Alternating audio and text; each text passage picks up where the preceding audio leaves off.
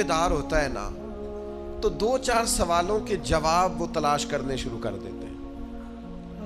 ایک تو سوال ان کے ذہن میں یہ اٹھتا ہے کہ انسان کیوں پیدا ہوا ہے، کہاں سے آیا ہے، اگر آیا ہے تو پھر آیا کہاں سے ہے اور کیوں آیا ہے۔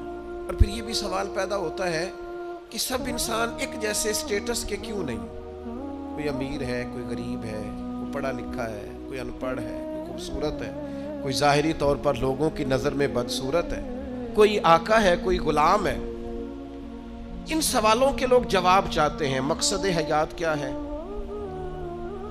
اور انسان کو کس نے بھیجا ہے، کس مقصد کے لیے بھیجا ہے، ہم کیوں آئے ہیں، اس کا نا جواب چاہیے حضرت انسان کو۔ پھر وہ یہ سوال مختلف لوگوں کے ذہنوں میں گھومتے گھومتے کوئی کسی طرف نکل گیا، کوئی کسی طرف نکل گیا۔ ایک بڑا ادیب آدمی تھا، بڑا بہترین شاعر تھا، وہ کہنے لگا اصل میں نا انسان ایک پھول ہے، تو بہار کا موسم آتا ہے تو کھل جاتا ہے، جوانی ہے، صحت ہے، تندرستی ہے، پھر خزاں آتی ہے تو آہستہ آہستہ اس کے پتے مرجھا جاتے ہیں، پھر زیادہ ہی پتجھڑ آتا ہے تو ٹوٹ جاتا ہے، یعنی انتقال کر جاتا ہے۔ لہذا ایک خوشبو ہے، ایک پھول ہے۔ اس نے بھی بات کی، چلو ٹھیک کی ہوگی۔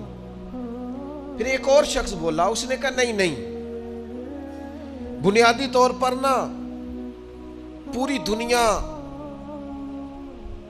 کے اندر مختلف کردار اللہ نے بنائے ہیں، کوئی باپ ہے، کوئی دادا ہے، کوئی بیٹا ہے، کوئی پوتا ہے، کوئی بھائی ہے، تو سب اپنا اپنا کردار نبھاتے ہیں اور پھر اپنے اپنے وقت پر وہ رخصت ہو جاتے ہیں، کیونکہ اب کردار بدلنے کی باری آ گئی۔ اب وہ جو باپ تھا اس نے دادا بننا ہے اور وہ جو پوتا تھا اس نے باپ بننا ہے، لہذا وقت بدلتا ہے تو یہ کردار بھی بدل جاتے ہیں۔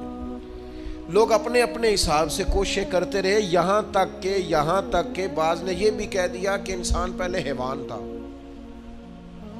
یہ ترقی کرتے کرتے کسی نے کچھ کہا، کسی نے کچھ کہا، لیکن یاد رکھنا یہ راز اگر کھولا ہے نا کسی نے تو اسی نے کھولا ہے جس نے انسان بنایا ہے، یہ اسی نے کھولا ہے۔ جو فلسفیوں سے کھل نہ سکا اور نکتہ وروں سے حل نہ ہوا، وہ راز ایک کملی والے نے بتلا دیا چند اشاروں میں۔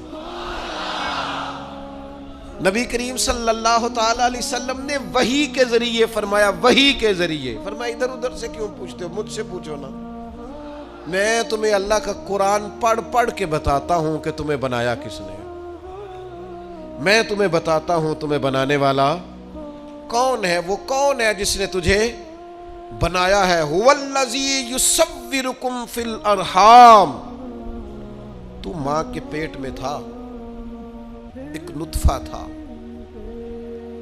ایک کریم مالک نے چاہا، پھر اس نے ماں کے پیٹ میں تیری صورت بنائی، یہ تیرے نقش و نگار بنائے، اس نے تیرے چہرے کو تخلیق کیا، پھر تیرے چہرے پر اس نے آنکھیں رکھی، پھر ناک رکھا، پھر ہونٹ رکھے، پھر تجھے بنا کے نا تو خود ہی فرماتا ہے لَقَدْ خَلَقْنَا الْإِنسَانَ فِي أَحْسَنِ تَقْوِيمٍ، خود بنا کے نا خود